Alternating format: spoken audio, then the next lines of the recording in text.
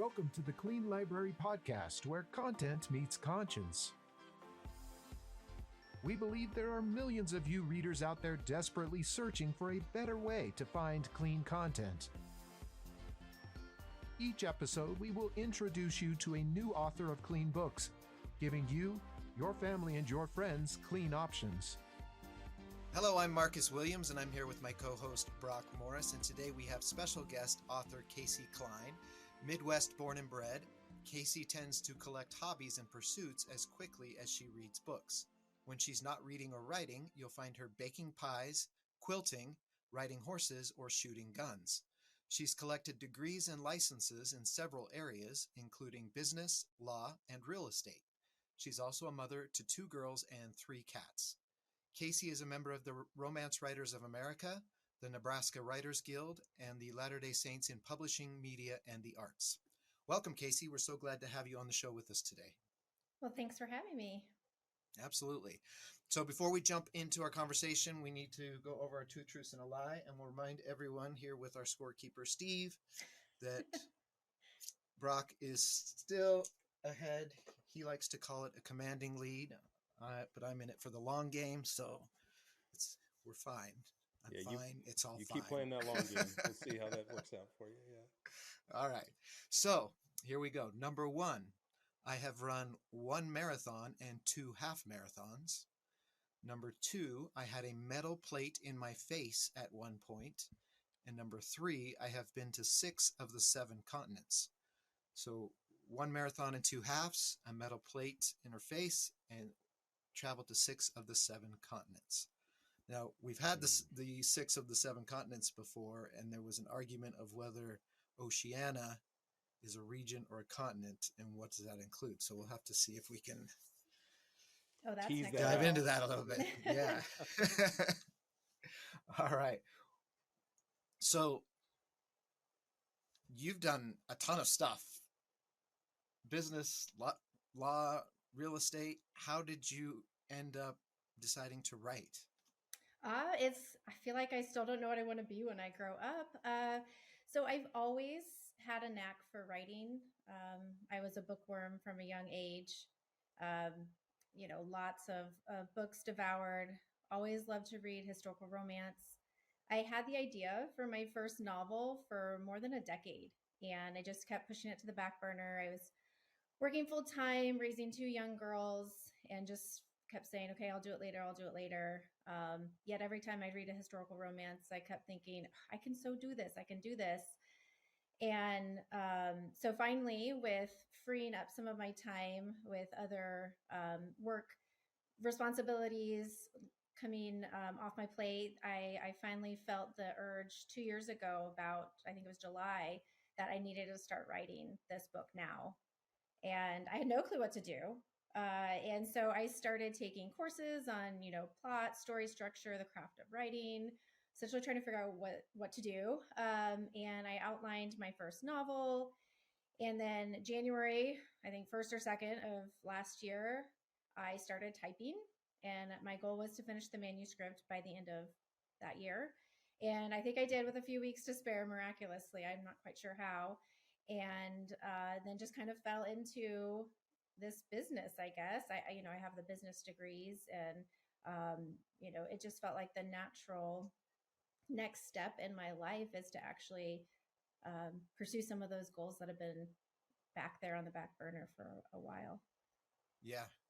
So this idea in your mind, did you have the plot fleshed out by the time you sat down to actually kind of put it down on paper, or was it just more of a little sprinklings of ideas and feelings and scenes here and there? So I consider myself a very heavy plotter, planner person, organizer. And when I first had the idea, it seemed insurmountable, I'll be honest. My idea has been to take the real life English explorer, Isabella Bird, who traveled alone for the most part as a woman from essentially 1850s to almost the turn of the century. And she went to all these amazing places. And so my goal was to write fictional romance characters that travel along with her on these actual journeys. And so I read her first-hand account of her very first trip to America in 1854. And she goes to Boston, Detroit, Chicago, Niagara Falls, Cincinnati, Ohio, New York City, all these big major American cities of the time. And it just felt nearly impossible to try to bring those to life and bring her to life.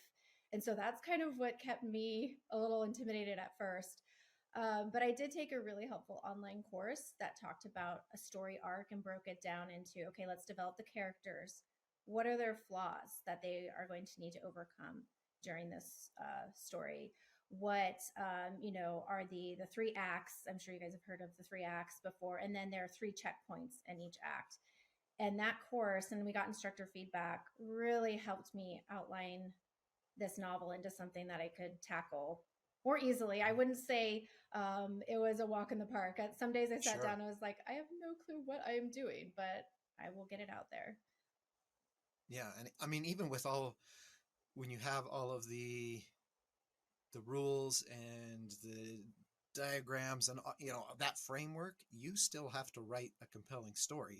You're still doing the hard part. It's that doesn't just suddenly create itself because you have character arcs and such. Like, you have to make each page interesting. So absolutely, it's still a very difficult process, and that's very cool. That's a great idea. And I love that you're taking a very strong historical figure, female figure, and creating stories surrounding her. So is she one of the main characters, or are you creating fictional characters surrounding her? So she is not I write historical romance. So they're romance novels, but she is not one of the hero or heroines. She did eventually get married to a one-eyed guy, which is kind of an interesting thing. But I really didn't feel like there would be I mean, she's a very interesting person, but I didn't feel like there would be a romance story arc with her as the main character. A lot of that time when you delve directly into the actual historical person, it becomes more of a biographical reading of what happened in their life, which is still interesting. Right. But I'm not quite sure that it would tie into the romance genre. So yes, I invented fictional people, although they seem very real in my mind, that travel with Isabella on this trip. And so she is the kind of the side character that just kind of does what she pleases, and I think she's super funny. It's hard to do justice to a real person. I don't know how she actually was, other than reading her thoughts in her books, but I did write it so that she is kind of a humorous side character that helps the characters along on their journey. Yeah. So did you have the opportunity to travel to some of these different places that she was as you're doing research for the book? I wish. It's been a lot of Google mapping and looking up historical details. So I visited. I have been to Boston before, but not for this trip. I visited from Google Maps, and same with Detroit and stuff. But honestly, if I went there, a lot of the stuff might not be there that was there in 1854. Right. So in my mind, I traveled there. My current novel is in Hawaii, so I mean, I would love to consider that a work trip, but alas, Google Maps again. It's a tax write-off, so yeah. I think you probably have to. Yeah. So we'll see if I ever make it out to Hawaii while I'm writing the second one. I think it's necessary. Okay, I will. Yeah. I will add that to the to-do list for sure. So, romance novels tend to have almost a very strict format and story arc and tropes that readers want. Did you find that difficult to create your story around those kind of set tropes, or did naturally your story fit that? No, I kind of liked, for me as a newer author, having the trope as a guideline. So the first novel, The Wayfaring Widow, is an enemies to lovers, which is one of my favorite tropes to read. And so that was fun to write, and making sure that the progression of the relationship is natural, and the readers wouldn't be, oh, well, why are they suddenly in love? That seems odd. They just hated each other. So, that's probably maybe the biggest challenge with the trope I chose, but it's my favorite one to read, and it was a really fun one to write. So you were familiar enough with it through your reading that it wasn't Mhm. so unnatural or difficult to kind of fit your story into that as you're writing. Okay. Yes, and I definitely wanted to stick with genre expectations, not really go too far outside of what people see, but bring something new with the historical aspect of Isabella Bird. Right. And I So think, oh, go ahead, Brock. no, you're good, Marcus. I think, no, I just lost my train of thoughts. No, Go good. You don't ask my question. Yeah. ahead. So is this book that you're writing that takes place in Hawaii, is it a continuation of that same story? Is this a series, and do you have a certain number of books that you're planning, or is this a complete offshoot? So the second book is a continuation of some of the characters. I want it to be a standalone, but I also want the readers of the first book to be ready and want to read the rest of the family that is involved. So in the first book, the hero is Harrison Wright, and his younger sister is 3 years old in the first book, and she is part of that first book. And then 19 years later is when Isabella Bird travels to Hawaii. And so Georgina, which is Harrison's younger sister, is the one that is going on the trip to Hawaii 19 years later. And then the third book will have the younger sister of the hero of the second book. So we have Joseph Livingston in the second book as the hero, and his younger sister Jessie will be the heroine in the third book, which is the Rocky Mountains. And Isabella traveled directly from Hawaii to the Rocky Mountains, also in 1873. So I get to stay in the same time period for book three. She does travel to Asia, and that one, I don't know. I'm kind of sticking with these three for now. That one really intimidates me, but all of the other books have been intimidating as well. So I'm focusing on these three right now, and we'll see what develops after that. So have you self-published these books, or are you traditionally publishing? So I am in the demoralizing process of trying to traditionally publish them. So I finished the edits of The Wayfaring Widow at the end of last year, and I started querying for publication this January. So I'm about 5 months in, Oh, what's and going I on? know that's not long in the grand scheme of publishing. Um, but I've had quite a few rejections from agents and publishers, but I do still have some outstanding that I'm waiting to hear back on. So we'll see how that pans out. And then not like it's a fallback position, but I feel like as a first time author, having the assistance on navigating all of the aspects of publishing would be super helpful for me. And then Yeah, potentially look at self publishing if it doesn't pan out. yeah. And I know in the self-publishing world, romance is one of the more successful genres, but because of that, it's very saturated. Mm-hmm. So uh, you can find a lot of romance authors who do very well in self-publishing, but your competition is Yes.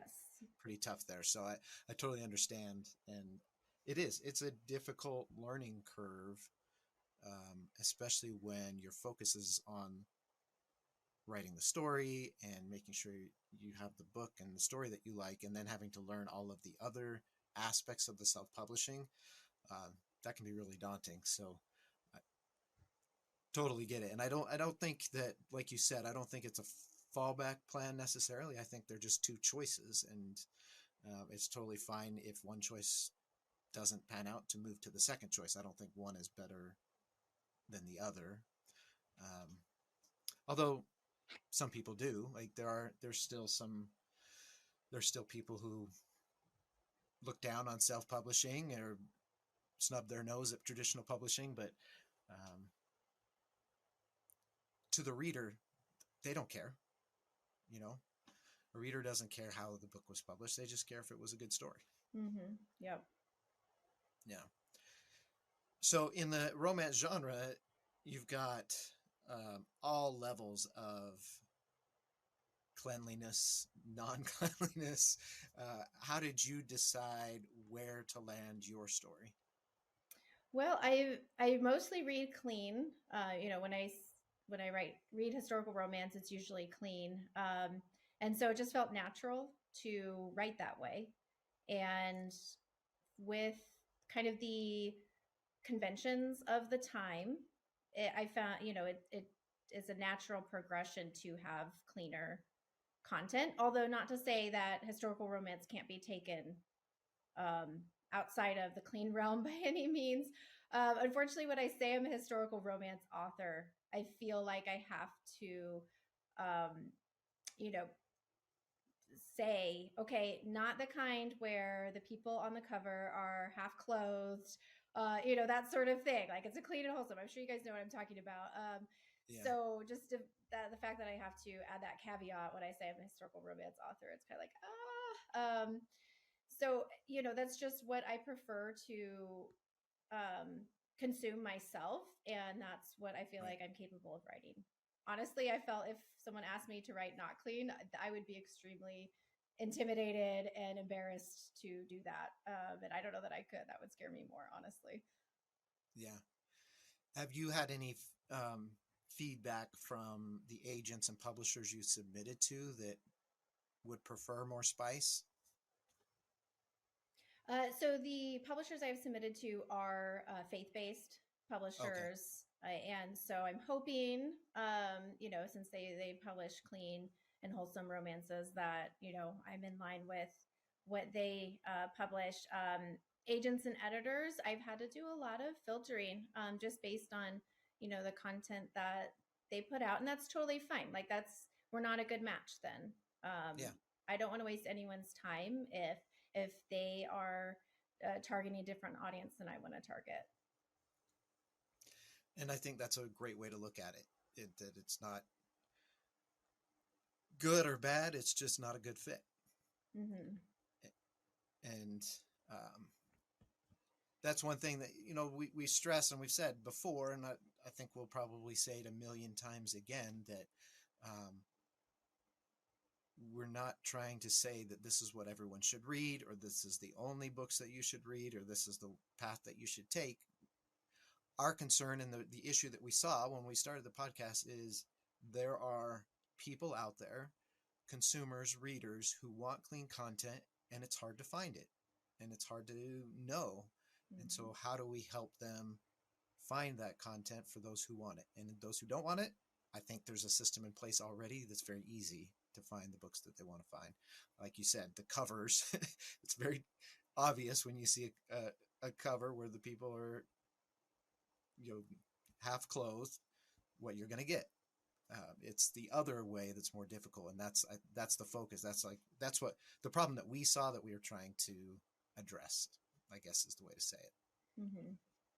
And you said something very interesting too, Casey, as you were describing how intimidating and challenging it would be to actually try to write something that was more racy or wasn't as clean. I mean, that's just because it's what comes naturally to you. And I think that's the other part of what we're trying to show is similar. It would be for those who are very comfortable writing in that genre. It would probably be challenging for them to write a really clean novel. And so this isn't good or bad or anything. It's just a different approach. You're writing what is true to you, right? And what you're comfortable with.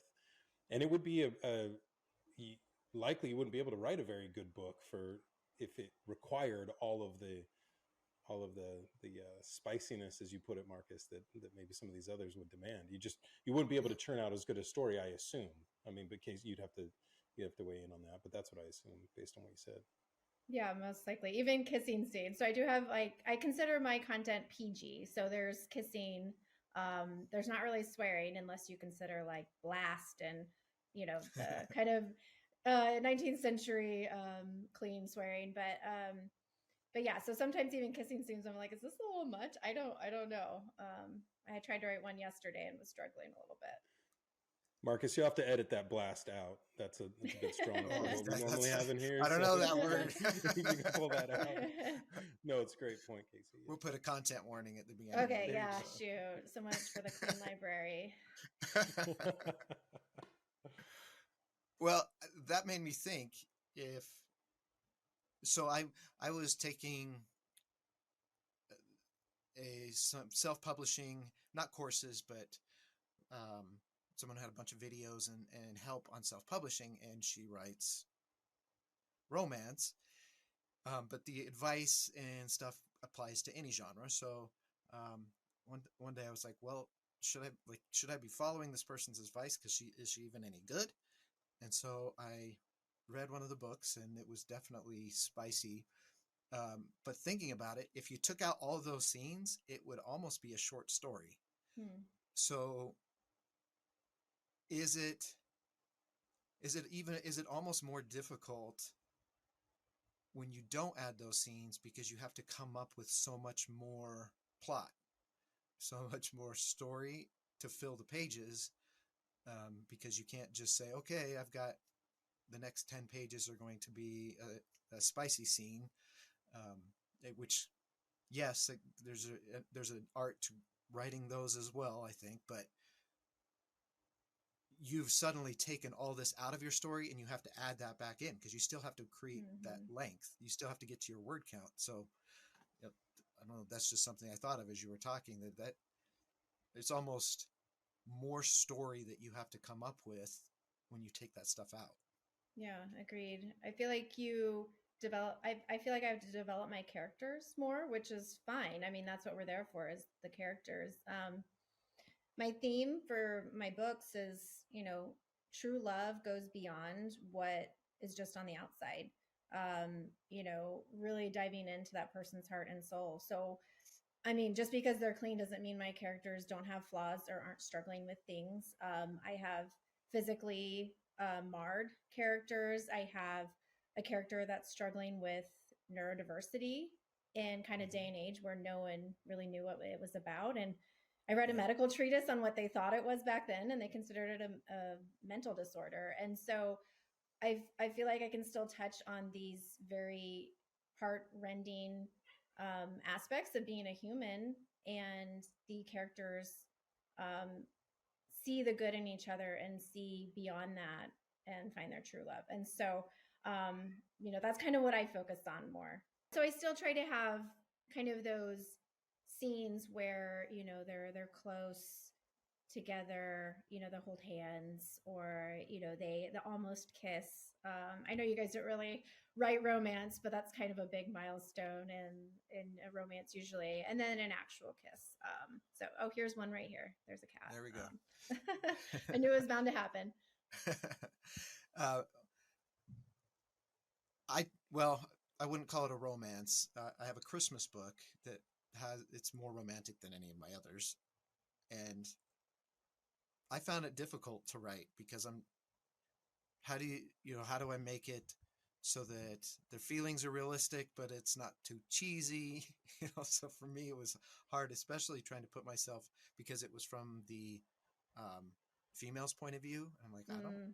like, how do I do that? I don't know what that's like. I had never felt that before, so I had to have my wife read it and Yeah. help me Did she out. think But you did okay? Did you do okay?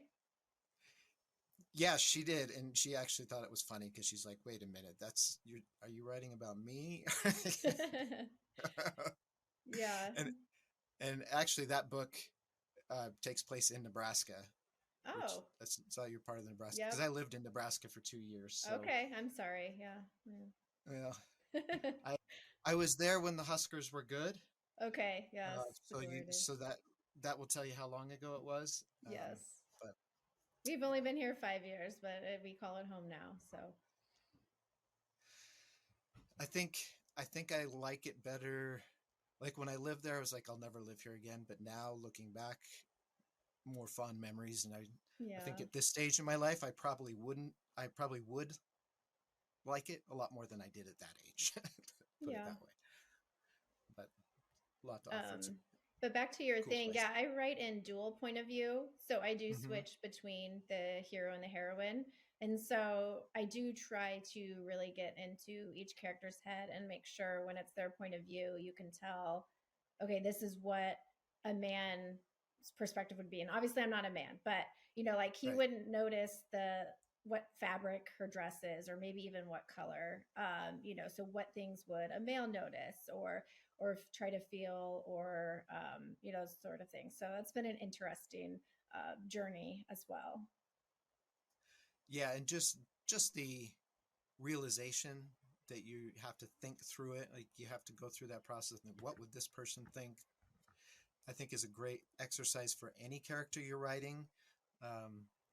That's not based on you, because that's the art of writing, is creating a character and getting into that character's head even when you've not experienced the things that character is experiencing. And that's a challenge. Like you have to be able to empathize with other people, see it from their point of view, and that's not always easy to do.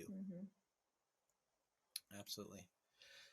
So as of right now, while you're still querying publishers, do you have anything that you've put out that the public can read?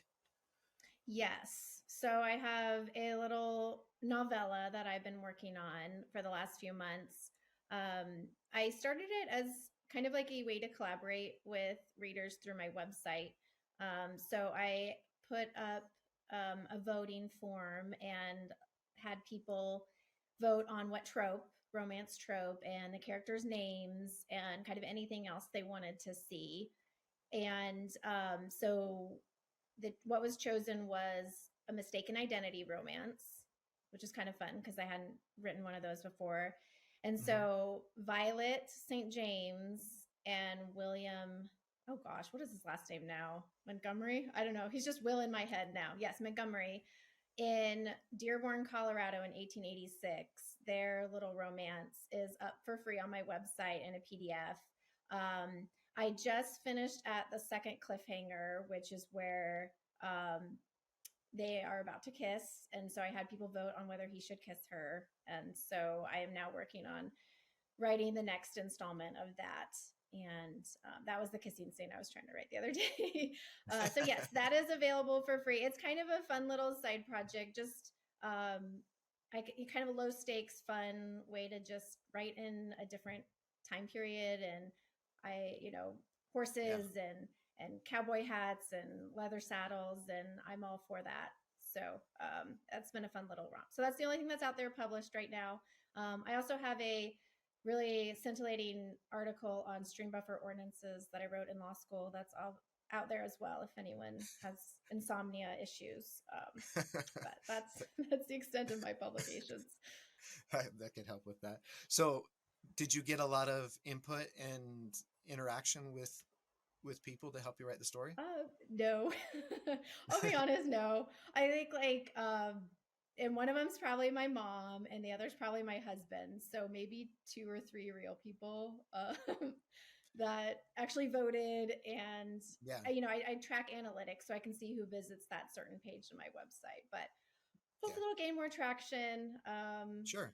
And we'll see. I just started my website in January, so I'm still gaining well, I think that's a great way to go about building a following. And that's always the challenge for me. Is it seems like a lot of the lessons on building your audience or selling your books start with this preconception that you already have people coming to your website. No, my issue is not the second part. It's the first part of how do I get people there in the first place? And is that just through organic content? Is that through social media? Is that through ads? That's the hard part, is that first step. I think, once you get your audience, you find your people, they're going to like your content and they're going to want to engage with you and stuff, but it's finding them that's the difficult part.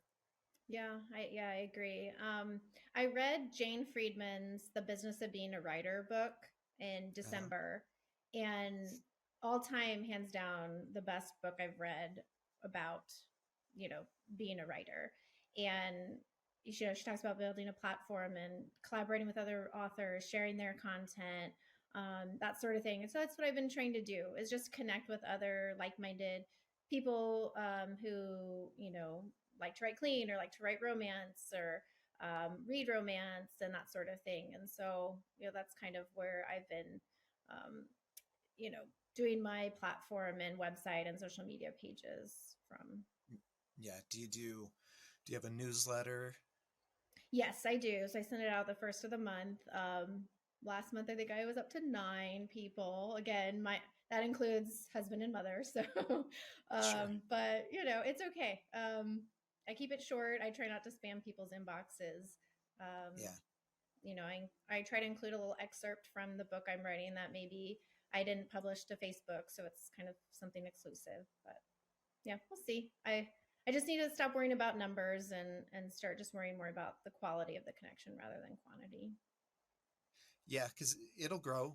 Mine's very slow, and it grows slowly. And I try to do newsletter swaps with other authors and book swaps with other authors and such. And you get one or two here and one or two there, but the, it can't grow unless you start it. So Yeah. that's what you've done. And listeners out there, her website's in the description. So go and join Casey's newsletter. Yeah, I'll be sending it out Saturday. So June Pump her 1st. up to double digits, people. Yes, I'm hoping for 2 whole hands. Absolutely. So,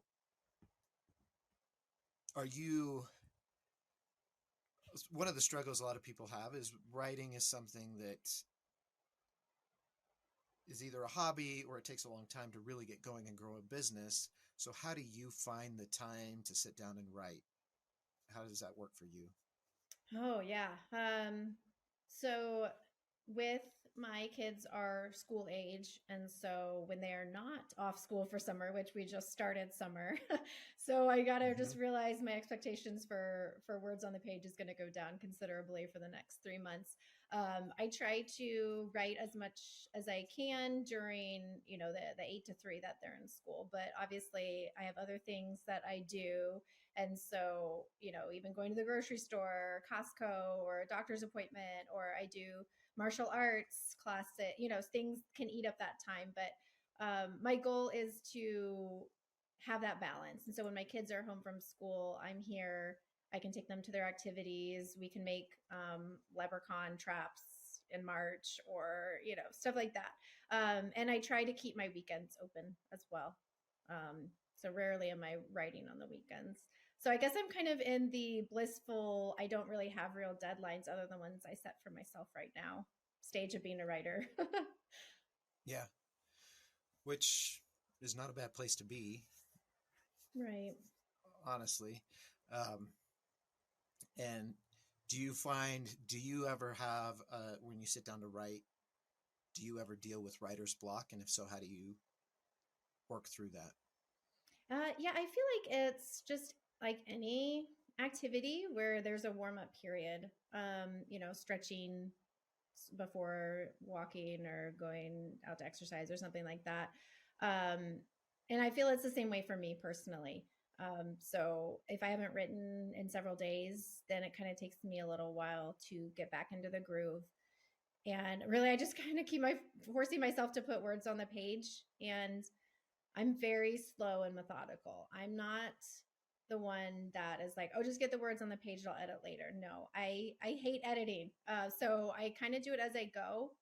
And so I'll reread a lot, go back, make sure it sounds good, erase here, type there, that sort of thing. So some days it's slow. I'll get 250 words on a page. I think the most I've typed so far on the second manuscript in one day was 1,500 words, which is not much, but that was my record. And so that's just kind of my process. And I go through my outline and go scene by scene essentially, and just keep writing.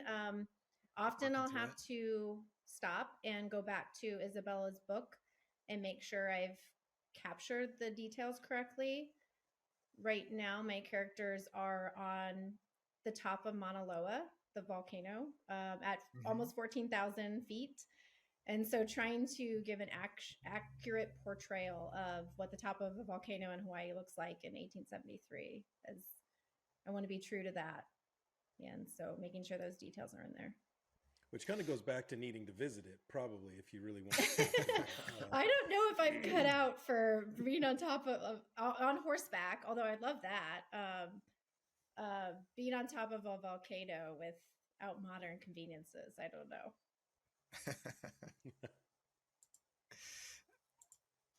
We get it's nice to hear from someone who is a plotter, because we've had other guests who are more what they call pantsers, see their pants in. I don't think there's a wrong way to do it. And you look at famous, successful authors, you've got Dean Koontz, who says he writes one page at a time, and he'll go over that page and over until it's perfect before he moves on to the next page. And you have other people who spit out the entire book and then they go back. So the process, I think it's important for people who are writing, aspiring authors, to know that whatever their process is the right process for them.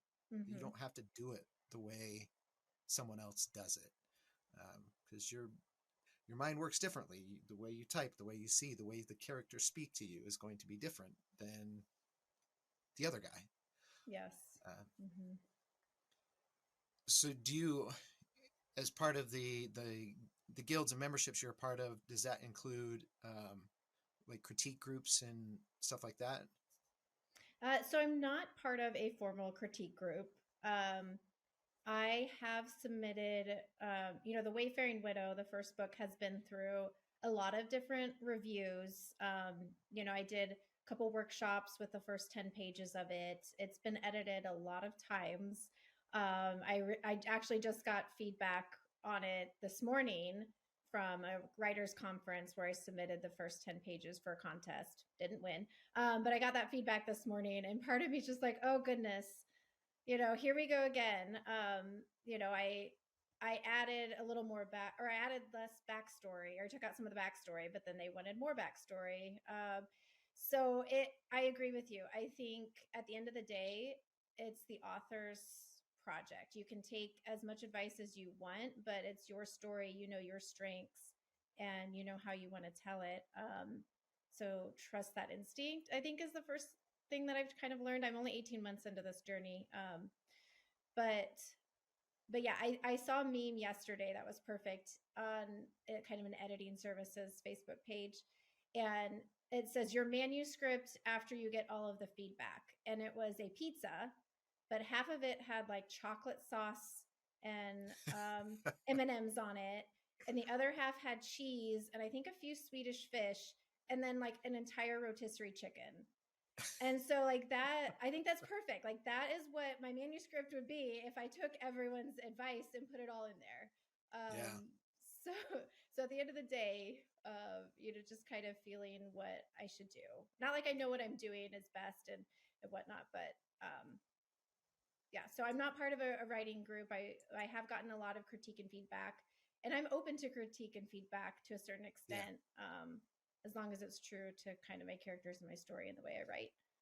Right. Well, no, and that's been a big part of what we've heard from other authors too, is as much as you want to take feedback, you do have to, it is your story, right? They are your characters. And at some point you are the expert, right? Or you have to do what you feel like is true to that. And to your point, you would have a hodgepodge otherwise if you didn't just sometimes, and I assume, I'm not a writer, but I assume, and from the conversations we've had, that can take a lot of courage to do, to sometimes put that aside and just say, no, I think I know what's best. I can take bits and pieces of advice people have given, but ultimately I am the one who is going to move this forward. And that can be a scary thing, or at least that's what the impression is from who we've talked to. Yeah, definitely. And a lot of times the feedback is them telling you how they would write it if it was their story. Yes. It's not their story. Yeah. It's difficult to give feedback and critique in a way that's like, this is what you should do because this is what you're going, like these are your goals, so I want to help you get your goals. It's a lot easier for a person to put their personal opinion or spin on it. So yeah, it's the wisdom of weeding through all that and deciding what works for your story and what doesn't, and what is legitimate and what is just opinion. And that's a difficult thing to do. And I think some people shy away from critique just because of that that issue. They know they're going to have it, and just the anxiety of having to go through all of that is more troubling or upsetting than not getting the critique in the first place. Yeah. Being that vulnerable, right, is hard. Yeah. Yeah, Oh, yeah. absolutely. So, well, we are about out of time. So thank you so much. This has been a lot of fun, but we need to jump into your two truths and a lie and see if we can figure those out before Okay. we close. So I'm going to remind everyone what they were, and then we'll make our guesses and see if I can start my slow catch up. All right. So number one, I have run one marathon and two half marathons. Number two, I had a metal plate in my face at one point. And number three, I have been to 6 of the 7 continents.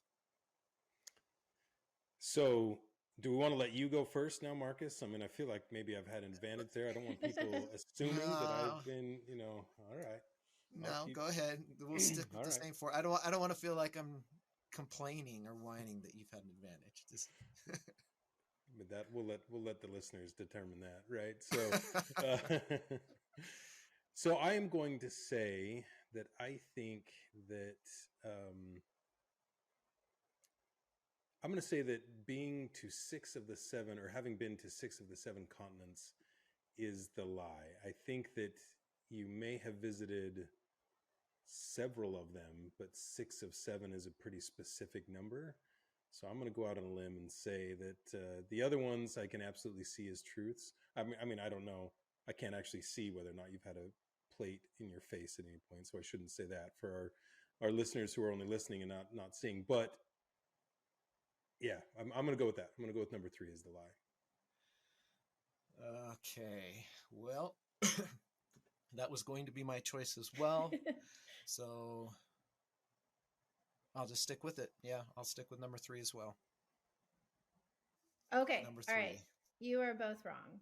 Number 1 is the lie. I am not a runner at all. Not a runner. No, I hate All right. running. So we once again stay even. We're in a. This has been the multiple episodes where we've stayed even. We've Well, there you stayed go. even.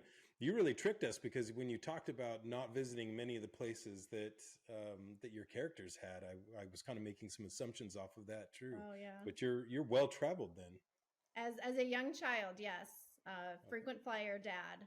So I have been to everywhere but Antarctica. So yes, Cool. yeah. That's awesome. All right. Well, at least we both lost. It wasn't just me. Indeed. Well, thanks for thinking I'm fit enough to be a runner, but yes, I don't run. Well, pretty active in other things. So Yes, so yeah, I do stay active other ways, but yes. Yeah, I'm with you there. I'm not a runner either. All right. Well, thank you again so much, Casey, for being on the show with us. It was a lot of fun. People, our listeners out there, please go to her website, subscribe to her newsletter, check out her books. We anxiously await the books when they get published and wish you the best in finding a publisher for your books. And those of you out there, please follow, subscribe, and share with your friends and others who may be looking for clean content to read for themselves. We appreciate you watching or listening, and we'll catch you next time on the Clean Library Podcast.